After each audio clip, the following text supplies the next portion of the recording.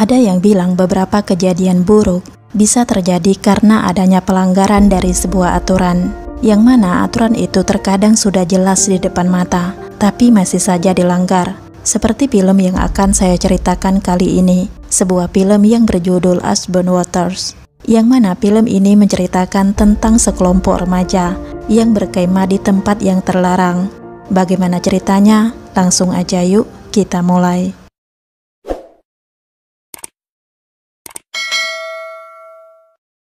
Pada scene pertama, kita akan diperlihatkan dengan seorang pria yang bernama Mike yang sedang berkemah di sebuah hutan.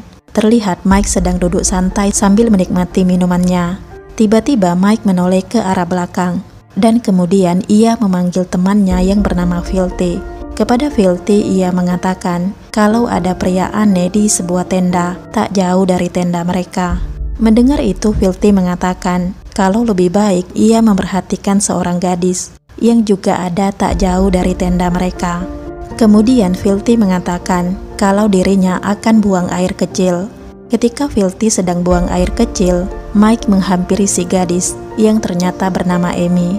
Kepada Amy, Mike mengatakan kalau temannya Filthy akan datang untuk menggodanya. Setelah mengatakan itu, Mike bergegas akan kembali ke tendanya. Tapi Amy langsung memanggil Mike dan bertanya kepada Mike apakah Mike melihat ibunya. Dan Mike langsung menjawab kalau ia tidak melihat ibu Amy. Setelah itu Mike langsung kembali ke tendanya. Sesampainya di tenda, Mike melihat Filthy yang tidak ada. Mike memanggil-manggil Filthy, tapi tidak ada jawaban. Merasa curiga, Mike langsung menemui Filthy yang ternyata sudah tewas dengan wajah yang mengeluarkan darah. Tiba-tiba Mike mendengar Amy berteriak. Mendengar teriakan Amy, Mike langsung mendatangi tenda Amy, dan Mike menemukan ayah Amy dan juga Amy yang sudah tewas, yang kondisinya sama seperti Filthy. Kemudian scene beralih kepada seorang pria yang bernama Brad, yang sedang dikunjungi oleh temannya yang bernama Vince, yang mana kedatangan Vince itu bertujuan untuk mengajak Brad berkemah. Sebenarnya Brad tidak ingin ikut berkemah, apalagi ada mantan pacarnya yang juga ikut. Karena Vince terus memaksanya, akhirnya Brad pun setuju. Singkat cerita, berangkatlah mereka untuk berkemah, yang mana mereka ini terdiri dari 7 orang, yakni Brad, Vince, Casey, Trimmer dan pacarnya Ree, dan juga Leo dan pacarnya Scott. Dan Scott ini merupakan mantan pacar dari Brad. Karena acara berkemah itu adalah ide dari Vince, maka Vince lah yang akan mengurus tempat di mana mereka akan berkemah. Namun Vince melakukan sebuah kesalahan, yakni ia lupa memesan tempat untuk berkemah. Vince sudah memohon kepada petugas yang menyediakan tempat untuk berkemah, tapi petugas itu menolak permintaan Vince dengan alasan tempat berkemah yang sudah penuh. Namun seorang petugas pria mengusulkan agar Vince berkemah saja di sebuah tempat yang bernama Aspen Waters. Tanpa berpikir panjang, Vince langsung mengajak teman-temannya pergi ke Aspen Waters. Any space left here? So, It's my bad. Sorry, Brett. To this place I heard. Wait here. Singkatnya mereka pun tiba di Aspen Waters.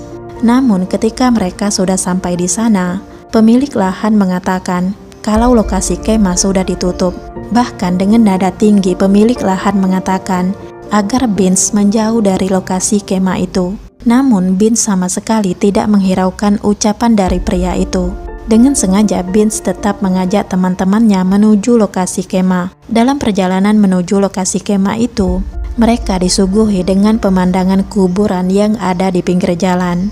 Tak lama kemudian mereka tiba di lokasi kemah, tapi sayang lokasi itu ditutup oleh sebuah pagar yang mengakibatkan mobil tidak bisa lewat. Sebenarnya Brad dan Casey sudah mengusulkan untuk membatalkan rencana mereka, apalagi Ree yang sudah mendapat firasat buruk tentang lokasi itu. Tapi Vince tetap pada pendiriannya. Mereka tetap harus berkemah di sana. This is the only option. This tape looks like it's Rivers and be back for the rest of the weekend. Come on, man. See? he doesn't look happy to see us. Yeah.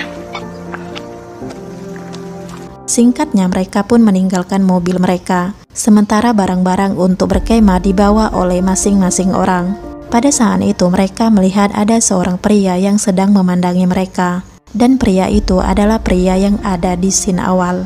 Kita akan panggil saja pria itu dengan pria aneh. Tak lama kemudian mereka tiba di tempat yang mereka rasa cocok untuk mendirikan tenda. Ketika mereka sedang sibuk mendirikan tenda, tiba-tiba datang si pria aneh yang muncul tepat di dekat Scott. Entah siapa sebenarnya pria ini, tapi yang jelas sepertinya ia paham tentang lokasi kemah itu. Hal ini diiringi dengan nasihatnya yang memerintahkan rombongan Beans untuk pergi dari wilayah itu. Tapi lagi-lagi mereka mengabaikannya. Mereka bahkan sempat bersenang-senang dengan berenang di sungai yang ada di dekat mereka mendirikan tenda. Jump in. You can't come in up. Vince.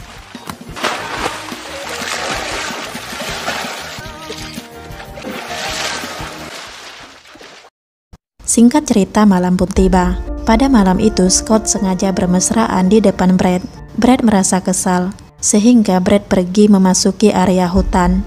Pada saat itu, Brad meluapkan emosinya dengan memukul-mukul sebuah pohon dengan sebuah besi, yang secara kebetulan besi itu tertancap di tanah. Dan ketika Brad melangkah ke arah sungai, Brad melihat ada sesuatu yang sedang mengawasinya. Sepasang mata yang bersinar dalam kegelapan, entah makhluk apa itu. Tiba-tiba makhluk itu menyerang Brad, tapi Brad berhasil mengusir makhluk itu.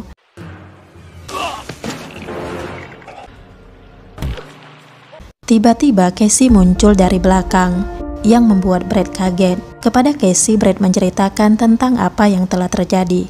Kemudian scene beralih kepada Beans dan Trim, yang sedang mendatangi tenda si pria aneh. Pada saat itu, Beans sempat menemukan sebuah buku aneh dari tenda itu. Ketika Beans dan Trimmer sedang asik membicarakan tentang si pria aneh, tiba-tiba pria aneh itu muncul, yang mengagetkan mereka. Pria aneh itu marah dengan apa yang telah dilakukan Beans dan Trimmer, sehingga membuat Beans dan Trimmer berlari menjauh. Namun mereka berlari ke arah yang berbeda. Oh fuck! Yeah! Where you going, fuckhead? Singkat cerita, pada saat semua orang sedang beristirahat, Ri memanggil-manggil Trimmer yang ternyata belum kembali ke tenda. Mendengar itu, Brad langsung mendatangi Ri dan berusaha menenangkan Ri.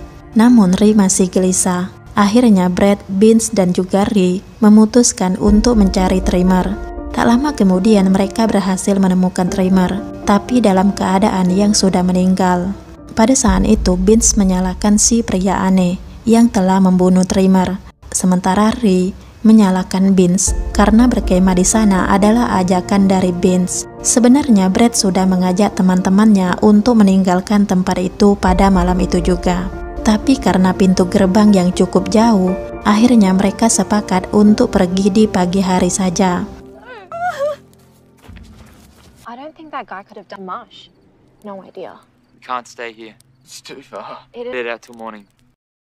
Singkatnya, ketika Brad sedang berjaga-jaga, tiba-tiba ia melihat ada sesuatu yang membawa Ri keluar dari tendanya. Brad dan Casey langsung berlari untuk menyelamatkan Ri. Tak lama kemudian Leo menemukan Ri, tapi bukannya menolong, Leo malah berlari untuk menyelamatkan dirinya sendiri. Tapi sayang, Ri dan juga Leo tewas pada malam itu juga.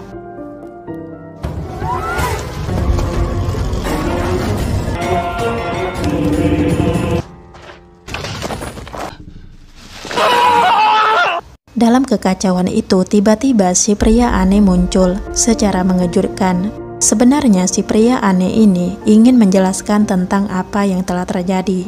Tapi belum selesai ia menjelaskan, tiba-tiba Scott berlari, yang mengakibatkan mereka semua mengejar Scott dan meninggalkan Beans sendirian di tenda. Setelah berhasil menemukan dan menyelamatkan Scott, mereka kembali ke tenda.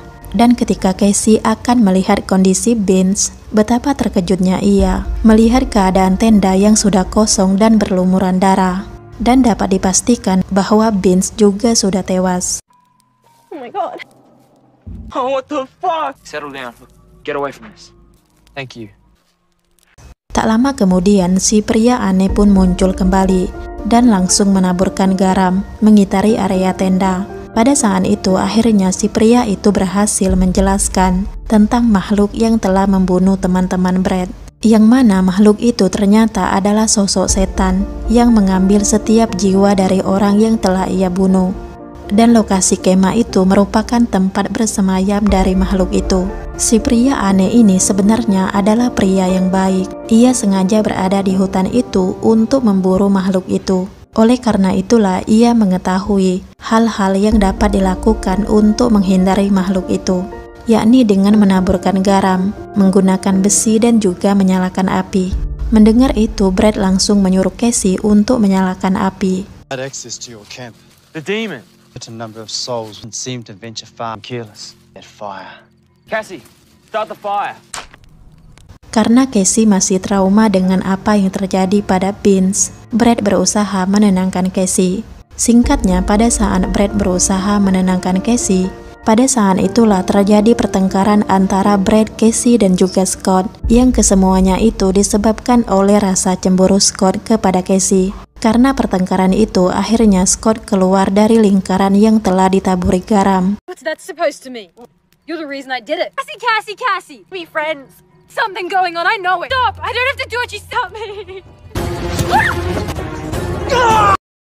Ketika Scott sudah keluar dari lingkaran itu, tiba-tiba makhluk itu menyerang Scott, yang mengakibatkan tewasnya Scott. Setelah membunuh Scott, makhluk itu berusaha menyerang Brad, Casey, dan juga si pria aneh. Tapi hal itu terhalang berkat area mereka yang sudah ditaburi garam. Singkat cerita, mereka bertiga sepakat untuk menyerang makhluk itu dengan cara akan membakar makhluk itu. Mereka sudah mengatur strategi dengan akan mengumpan makhluk itu. Pada saat itu, si pria aneh menawarkan dirinya sebagai umpan. We can lure it somehow. I can make one of those so it can't get out. Onto something there, boy. Light it. No. Make sure your aim. Oh, of course! Who won that? Singkatnya, rencana mereka mulai dilaksanakan, dan benar saja, makhluk itu muncul kembali dan langsung menyerang si pria aneh. Karena makhluk itu sangat kuat, si pria aneh pun tidak dapat mengalahkannya. Si pria aneh tewas pada malam itu juga. We can lure it somehow. I can make one of those so it can't get out. Onto something there, boy. Light it. No. Make sure your aim. Oh, of course! Who won that? Kini yang tersisa hanyalah Brad dan Casey. Ketika makhluk itu akan menyerang Casey, Brad langsung melawan untuk menyelamatkan Casey, dan Brad berhasil membuat makhluk itu terbakar. Agar makhluk itu lenyap, Brad langsung meminta Casey untuk menabur garam di lingkaran yang sempat terputus. I see the salt. Dan usaha mereka itu membuahkan hasil. Makhluk itu lenyap bersamaan dengan api yang membakarnya. Setelah berhasil, Brad langsung mengajak Casey untuk meninggalkan tempat itu. I made it. Let's just go. Setelah beberapa bulan kemudian, Aspen Waters dibuka kembali, dan orang-orang pun bisa kembali berkemah di sana. Tapi sepertinya makhluk aneh itu tetap akan ada, karena di scene akhir terlihat ada sepasang mata yang sedang mengawasi beberapa orang yang sedang berkemah di sana, dan film pun berakhir.